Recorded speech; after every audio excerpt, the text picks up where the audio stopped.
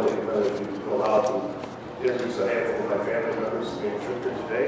My wife, my daughters, or one of my daughters, my niece, and my two sisters against the wall.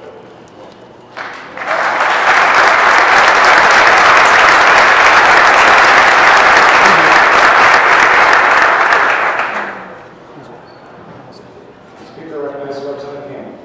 Thank you, Mr. Speaker, for giving me the opportunity to say a few words this afternoon. Since I yielded most of my time at the mic session to my friends Brett Irwin, Barnett, and Myron, I asked that if I run over, please indulge me for a second or two. I'd like to begin with much thanks to many for being there with me for these past 19 years in elected office. First, my family, many of them who are here today. I'm blessed to have a large supportive family that will drop everything to help each other, whether it's a roof job, a driveway job, a parade, or going door to door. They're there for you every minute, anytime you ask. And I can tell you, since we do a lot of horse trading in my family, I've done a lot of plumbing work to pay back folks who walked door to door for me for many years. And I'm not sure which is better, to tell you the truth. My wife, 4 daughters, son-in-laws, parents, my wife's parents, 3 sisters, their husbands, sister-in-laws, and their husbands have been incredible supporters of mine through these many years, my wife especially. I thank her for being so supportive of allowing me to pursue this life that is demanding at time and open to the public at every turn. We all know in this chamber how challenging all of this is to families and the stress and strain that happens because of the things that are going on. We listen to comments about ourselves, our personal lives, and I can tell you, as one who had to go through that, and many of you have, it can be very hurtful. And I thank my wife and family for standing with me during many of those times. House Dem policy and communications staff have done incredible work with limited resources.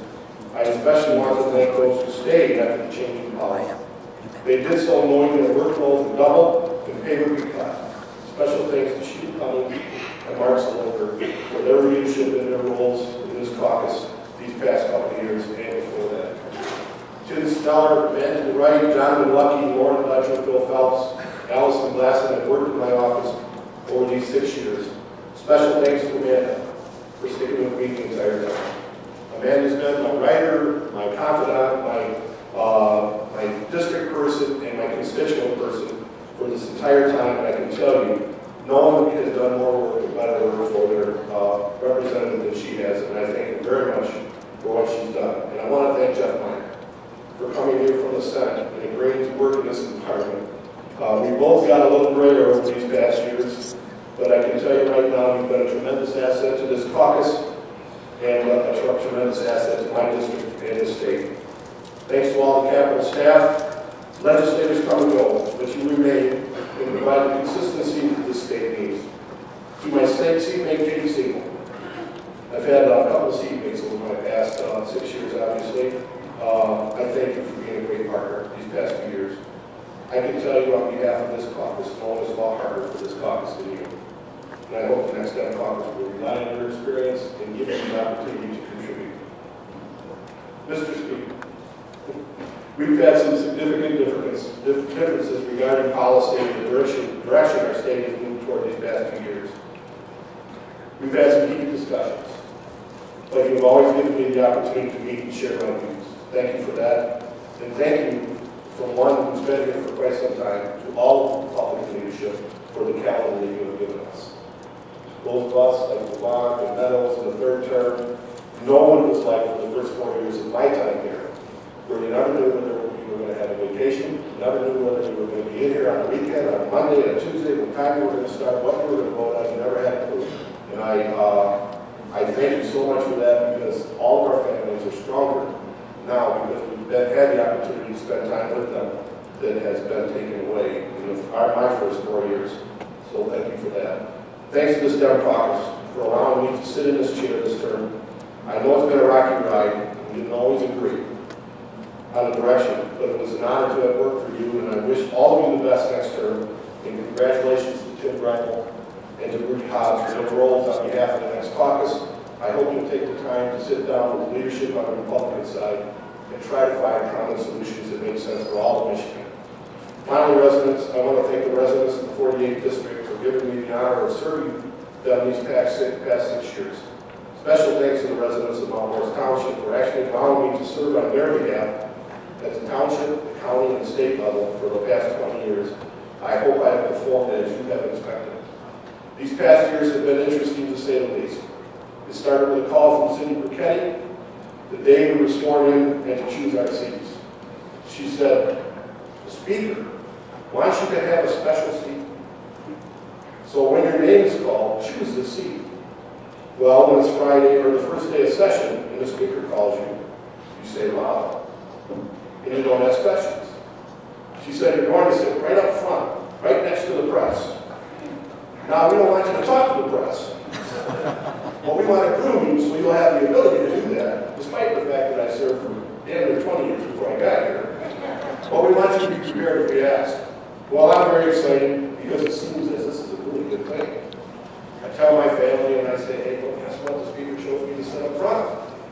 Well, I choose the seat, and I'm here to tell you, the dead seat is the worst seat on this House bill. And it's right there where Tommy Saul is sitting right now. You can't get out. You have to be very aware because the press is sitting right in front of you. You put something on your computer, you're behind is in trouble. So the whole time I sat right there, mumbled and grumbled and turned around and watched my friend walk all over the House floor like it meant nothing. So the moral of the story at the end of the day is that don't trust everybody all the time.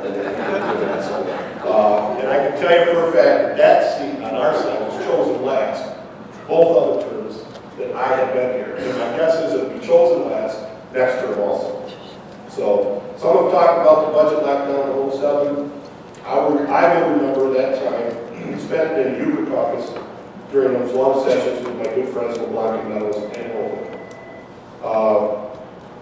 As Richard LeBlanc said, the lockdown did give many of us a chance to get to know one another, and I believe that those friendships will last for much longer than the 6 years that we have been here. These two gentlemen have been great friends of mine and members of the Cottage Caucus, and I can tell you that we formed another caucus towards the end of this term. It's called the Appetizer Caucus, because what you'll find in this House is if you end up getting to the third term, especially in the minority, you rarely get an opportunity to be invited out for dinner. So what we hope to do is try to crash some of these dinners and say hi and just have an appetizer and get to go. But sadly to say, we never really got that caucus going, and that's the way it goes. But getting to know folks did give us many a chance to get to know one another on a more personal basis, and that is the key to more cooperative policy discussions. I want to thank a couple of legislators down the hall in the Senate. First, Jack Brandenburg. When we took control, Jack had been chair of the budget I was given and was named vice chair. He sat with me, went over procedures, and let me know what to look for, and because of that, we were able to work through issues and find compromises on issues that went beyond the budget. He set a standard because there was never any animosity because we changed power. We talked about what was important to the people of the state. We worked closely together, and that, to me, meant a lot. Mark Jansen, excuse me, was my Senate counterpart to the D-led budget. We were able to negotiate without a hitch every time. Also worked on legislation signing the law that has since helped create thousands of new jobs all over the state of Michigan. This is what it was like when there was shared power. Shared power meaning parties control different houses. No legislation was passed without bipartisan, bicameral support. The same cannot be said today. It may have been more cumbersome and taking longer to get things done, but both sides got the chance to have a seat at the table, and constituencies of both sides had some level of protection.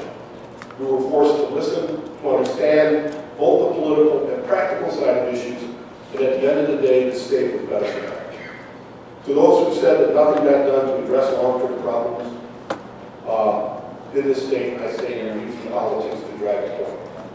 During the previous 4 years, cuts were made to every department. Unions were asked to take significant reductions in pay and benefits. Bipartisan jobs programs were passed. Bipartisan energy programs were passed. And valuable relationships were developed that will last for many years to come. The problem here today is those relationships are being wasted, and along with our opportunities to work together. My colleagues on both sides of the aisle will probably not agree, but the people are better served when there is shared political power in Lansing. With some of the comments that have been made, not by folks on this board, around town, in light of what's going on here, folks have been called that are here on the Capitol lawn, the Capitol, inside the Capitol, union thugs. And so I want to just take a couple minutes to talk a little bit about some of the stuff that's happening. I want to talk a little bit about my personal life before politics and how it leads into today's discussion. I'm a third-generation UAW member and a fourth-generation auto worker. My grandfather was a sit owner at Fisher Body in 1937. He passed away December 7, 1987, and would be brokenhearted to see the direction the state has taken in regards to labor protection. He would be even more dismayed if so many had turned their back on the very institutions that have raised the standard of living for all in this state. Does he sound like a union thug? My grandmother was working on the plant floor at the same time the sit-in took place, but was escorted out of the plant because they would not allow women to take part in the protest for safety reasons. Because of my wife, 4 daughters, and 3 sisters, I understand how hard it is for women in the workplace. But I can't even imagine what it must have been like for my grandmother back in the 30s working on the house floor without labor protection. These brave men sat down on the job because of horrible working conditions and substandard pay. Despite the best efforts of the company at the time, they earned the right to collectively bargain. One of my daughters is a postal union member, and another is a member of ASME. In fact, I recently sent them a YouTube video, since I'm going to date myself a little bit, of one of my favorite songs by Bachman Turner Overdrive called Blue Collar. They work third shift, and it's tough on family life. They are my blue collar girls. But they are happy to be working and happy to have the protection of their union. One of them is here today, and I doubt to say that she's a union thug. My wife is a UAW member, one son-in-law is a teacher in an alternative ed class and a proud NDA member. Another 11 family members in our group belong to labor organizations.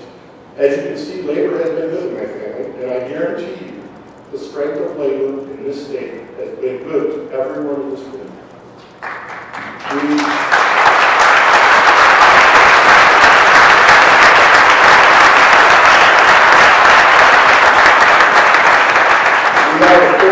We are the 4th highest paid legislature in the country, with quite possibly the best benefits in the country. Do you really think it would be that way without labor influence? The men and women all around this Capitol today, the labor folks that have influenced my life significantly, are the first to volunteer for blood drives, the ones who stand on the corner in freezing cold temperatures raising money in my community for old newsboys, the ones supporting the United Way, food banks, and many charitable organizations all over the state. Do they sound like union thugs? Local 598, the Chevy truck plant, donates the proceeds of their plant store to designated charities all over Genesee County. And after the tragedy at 9/11, union and management worked together to build trucks and deliver them personally to New York to the emergency responders. That doesn't sound like union thugs to me. On a personal note, during my first 4 years, I was the only person, and I probably proud for this, that voted for every tax increase and every tax cut. Can you imagine the calls I got in my office? Can't make up your mind, can you, Rick? No. But my feeling has been, if you can't get the revenue, it's responsible to balance the budget. It was my bill that established the 115 Trust. Realizing the massive unfunded responsibility the state has, my hope was to begin to address it. In 2007, in order to get the tax increase to help fund state government schools, 9 Dems had to vote for school health care reforms. I was one of them. And that wasn't an easy vote. But I knew it was a compromise that was reached, and that's what the state should be doing. And as chair of the Genesee County Board of Commissioners, we were able to negotiate contributions from labor and all of our exempt employees into Aviva to ensure long-term security with our retiree health care. And notice I said negotiate. I can assure you I'm a proud union member, but I'm not a union club.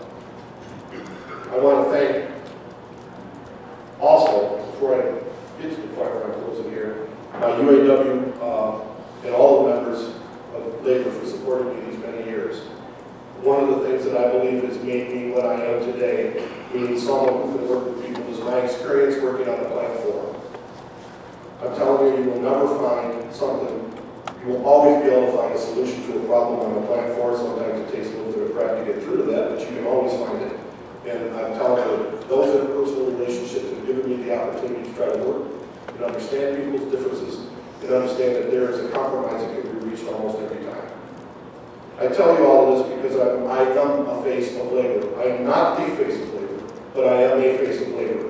One of thousands of union members across the state that understand personal responsibility, and we live our life accordingly. This right to work bill is a move away from personal responsibility and towards a dependent class that could refuse to pay for services provided for them.